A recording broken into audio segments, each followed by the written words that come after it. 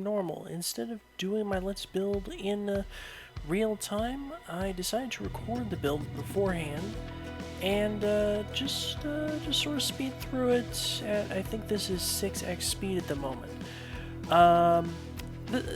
I came up with this as kind of just a way to be able to do more builds in a shorter period of time, mostly because, honestly, I have a bit of a squirrel brain when it comes to builds, and I kind of wanted to try doing a few more here and there. So for this build, I started with a, looks like a 3 by, oh, what is that? Looks like 5, 6, 7, 8, 9, 10, 11, 3 by 11 wheelbase, and then I just went up one, dropped the batteries in, put some blocks around, made a very simple base that kind of wasn't where I wanted to put the detail of this rover.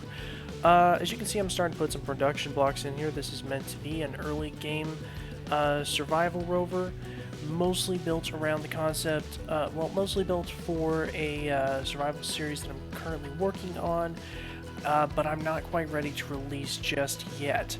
That survival series is going to be called The Long Road Home, or Long Way Home, one of the two, still not sure. And I kind of want to record a few extra episodes before I get into it. Anyway, a couple things about that. Large refineries are not a thing, and metal grids are very hard to come by. So I'm trying to maximize the metal grids I find, which are usually going to be in the form of cargo containers specifically, which is why you saw me drop a couple in there as, well, as I did. And the reason for that is because I can salvage entire cargo containers, but I can't salvage really entire other parts in general. The cargo containers are just very common, I found. Right now you can see that I'm having a little bit of trouble figuring out what I want to do at the front end, but eventually I do figure it out and decide to go with something kind of close to, I believe it is a sand crawler. Like a Jawa crawler with a forward angled window, or at least a couple of them. We will get to that hopefully very soon. No, I'm still working it out. I rarely go into builds honestly with a great idea of what I'm going to be doing right off the bat. Usually takes me a couple times around. Yeah, see, here's the sand crawler starting to come around.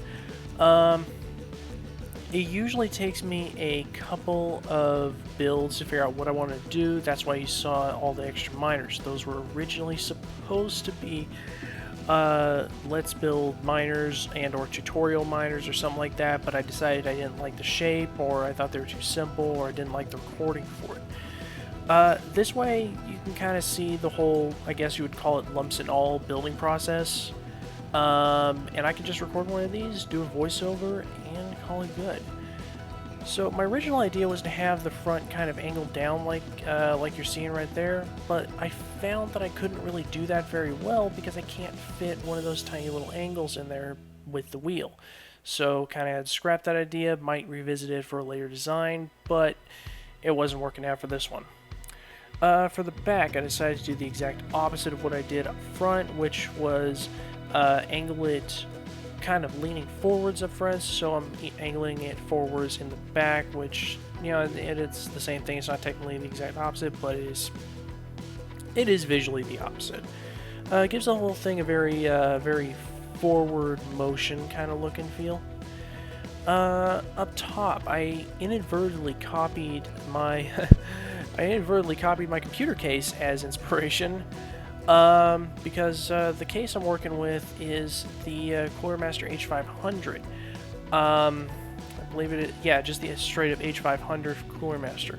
And it kind of has a little handle up top with a little slope going down like you see on this vehicle. I did not realize that until after the fact. Again, trying to keep the shape kind of simple. I found that that kind of design just tends to work for me. Right here you're seeing me kind of struggling to figure out why this thing is not falling to the ground. I even tried running into it a couple times, so decided, you know what, let's try putting a seat on here and see what that does. Oh, okay, now we're on the ground and driving around. Cool. That's just me making sure it drives well enough. Had to put the handbrake on there. Next up, I think it is interior design time. I decided to keep the little decorative bit on the outside and go with some catwalks on the outside, both for a little bit of detail and function. Kind of my thought was I might want to turn this into a multi-part rover, kind of like a little desert train, if you will. This ended up not working out for the stairs. I had to push them one further out, but I do think it ended up looking okay. Apparently that was spoilers because I'm doing this as I watch it right now. And yeah, there we go. So I am grabbing the little neon tubes so I can use the edges because those are very nice and subtle. I did like seeing that the first time I did. Just grab a couple more, drop those down, and we have very subtly placed stairs going down. Next up, just drop a few LCDs up front.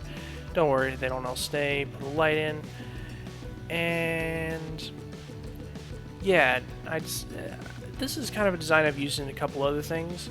So I like to cover a central bit. As you can see, I'm moving the door right here. I like to cover a central bit of the build, usually an engineering bay, with graded catwalks, and then under that bit put usually gyroscopes or gravity generator. In this case, you can see that I put conveyors, mostly because I don't need gyroscopes for this particular build. It's very stable when driving anyway, and no gravity generator because this is designed for either the alien planet or Pertam. I don't think I've gotten to that yet in the build, but eventually, and even at this point, my plan was to add a vent to the outside so that I could collect oxygen from the exterior as opposed to making it through hydrogen, well, as opposed to making through ice. However, there is an H2O2 generator there for that purpose, as well as filling my hydrogen tank for a little bit of backup power when I need it. This is more just a little bit of routing the conveyors around. Again, I do like to hide my vents kind of under these graded catwalks. It's just a design I found that I like. This is just me playing around with a couple more things and routing things around. Let's see what else we got. Yeah, I realized that I should probably just put my hydrogen tank back where I had it, so a little bit of wasted time there. Drop a couple programmable blocks because I'm planning on putting a lot of scripts. I ended up using all 5 of those timer blocks, literally just for the airlock. Out back here, I was originally, like, way when I started thinking about this build, considering putting back access to it, but I decided against it because it sort of goes out right over the hitch, and it'd be really kind of awkward to make some railing or some catwalk that doesn't interfere with the hitch, so I didn't really want to deal with that, which is why I ended up going away from that idea. I also briefly flirted with putting some sort of crew quarters in the back here with what is that thing? That is the cryopod, and then drop a bathroom in here with a shower and such. Ended up not liking that idea. Well, actually no, I didn't end up not liking that idea. I do like that idea. What I ended up running into is I need a med bay, which you can see I sort of realized right there, and now I'm just working out the piping for that. So there we go. It's all cleaned up, and there's the med. Well, actually no, not quite. So there is one change that I will be making later. Hopefully I'll catch it when it happens. If not, the change that I made was I put the vent under the med bay, and somehow it worked because the med bay is not airtight. For this one I decided to add a couple railings on the side, just sort of like the detail better. Don't mind a little greebling in the back. Those lights do not stay. I ended up accidentally deleting them way more times than I had a right to. Just a little decoration up front. Those don't stay for very long because I think I might be getting to it, but at some point I was working out how I could possibly put a cabin up front for just a little more luxury sleeping area, if you will. So this is me checking to make sure that I can actually get up the stairs real fast, flirting with a couple extra types of greebling. This is a hitch for anything I might want to put on the back, which sort of establishes the wheelbase at 3x3, go up 1, and then the central bit is where it's going to be. So I think that's high enough off the ground that it's not going to hit the ground, but it is also low enough that, actually, I don't think there's anything. Oh yeah, it's low enough so that I can actually go over some pretty serious hills. So kind of right in the middle is about where I think the sweet spot would generally be for a hitch. Here I'm just playing with some of the variables in the suspension to get it drive a little bit better, turn a little bit better.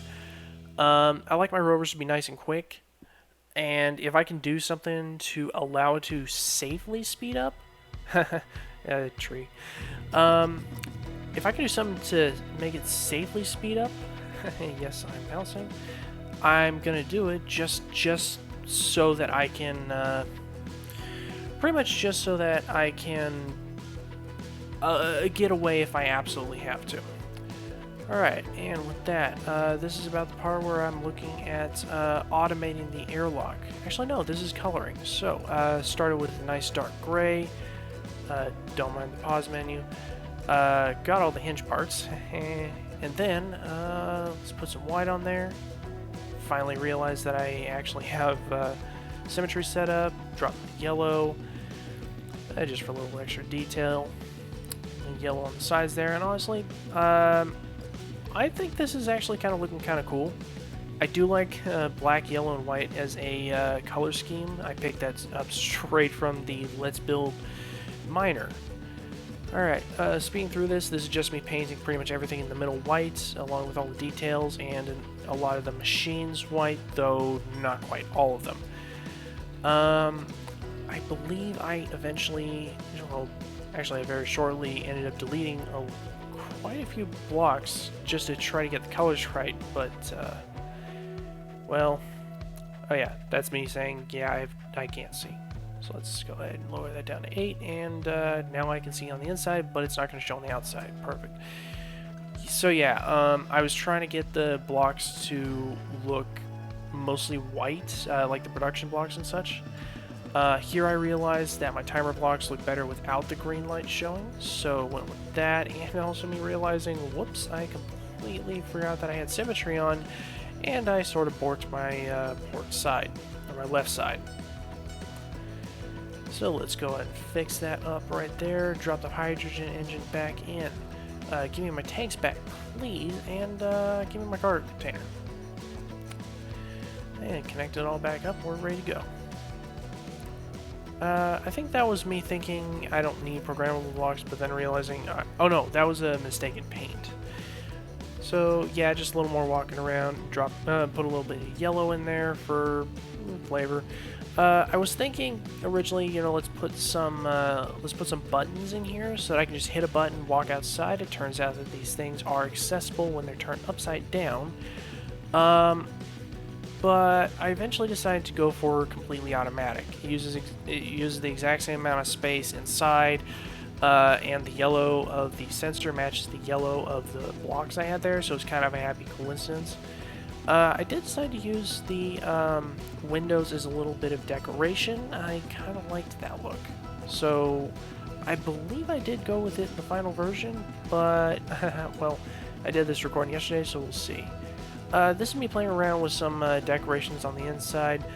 I do believe I kept that armory. I do not believe I kept any of the lockers.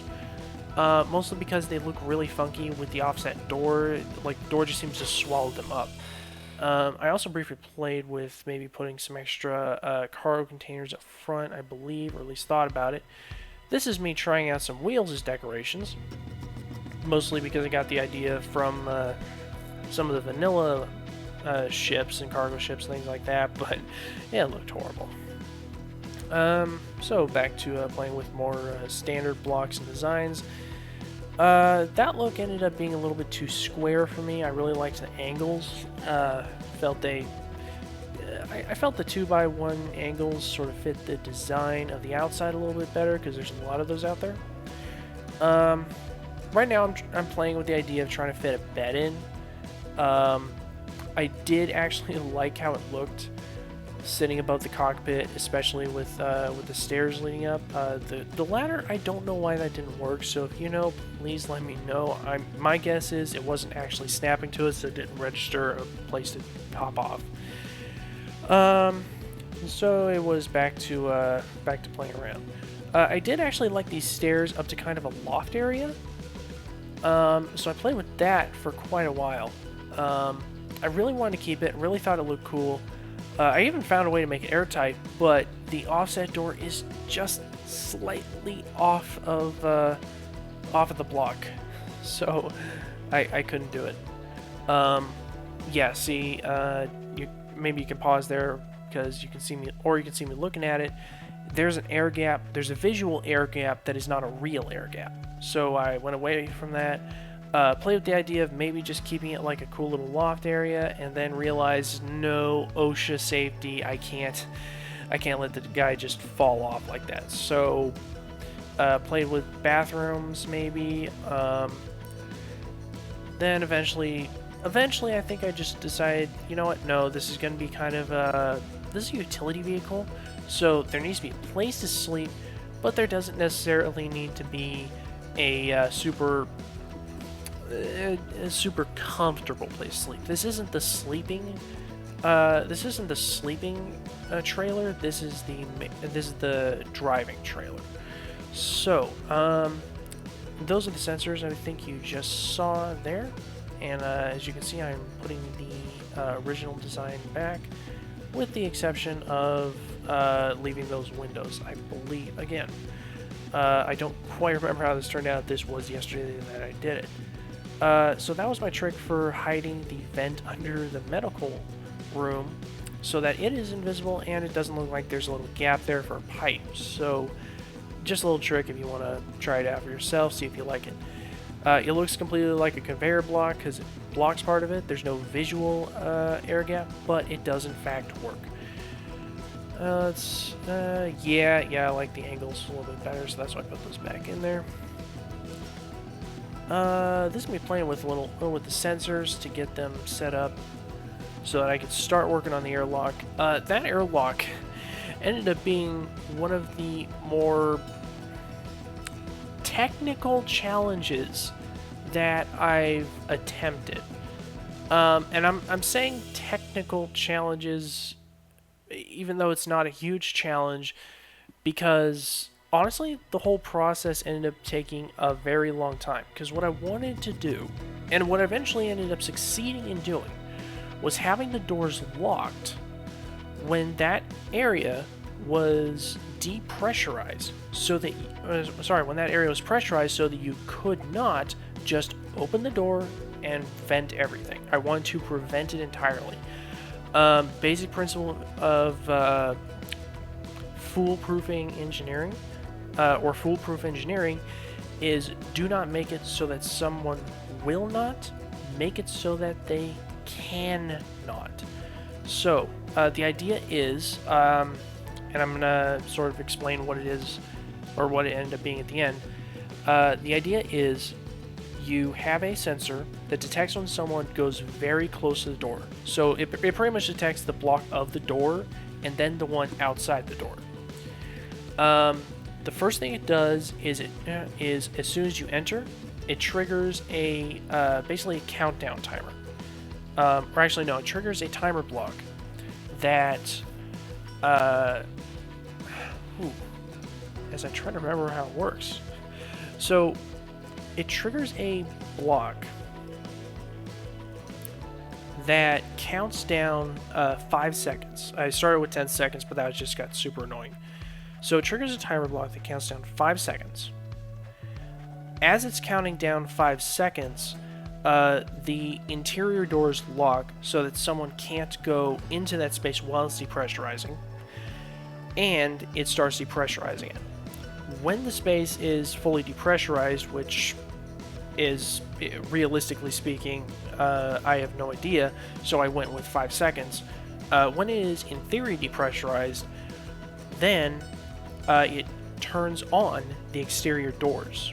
Okay, you cannot actually open these doors when they're turned off. So, turns on the exterior doors, and you're able to walk out. or walk in. Then it shuts the door behind you. It unlocks the interior doors because now everything's shut. The exterior doors are locked, and spreading pressurization from one room to the other isn't going to be a big deal. It then finishes pressurizing the space, and you're able to walk around the cabin freely. I played with possibly needing an extra sensor on the outside, then I realized it didn't need it. This setup does, I believe it does actually require all 5 timer blocks, so it is a relatively space-intensive setup for a primary for just a relatively small rover. I would not recommend doing something like this. I would I would recommend doing something a little bit more like just have a button panel and pressurize it, depressurize it manually. Maybe have some controls on the outside or something that you can reach. But I kind of like the automatic nature of it, so I kept it. But yeah, as you can see, this took me a long time to work out all the details of. I realize I may not have explained the first part of it very clearly. The sensor, the first thing that happens when you enter the space, the sensor triggers a timer block. That timer block starts depressurizing, and it triggers another timer block. That second timer block turns on the doors so that you can leave, but it also has a 5-second delay. The first timer... then when you leave the space, when you leave the sensor field, it triggers another timer block to lock the doors, aka turning them off. Then it starts pressurizing the space. The 5th timer block comes into play because I wanted to lock the interior doors as well. I ended up putting the unlock on opposite. I ended up putting the turn on, turn off of the interior doors on something else. Right about here, you can see that I completely forgot about adding lights, so that's me adding lights to the outside. I did find this was kind of a cool effect here, just having 4 lights up top like that. And of course, let's put some lights on the bottom so that I can see what's going on.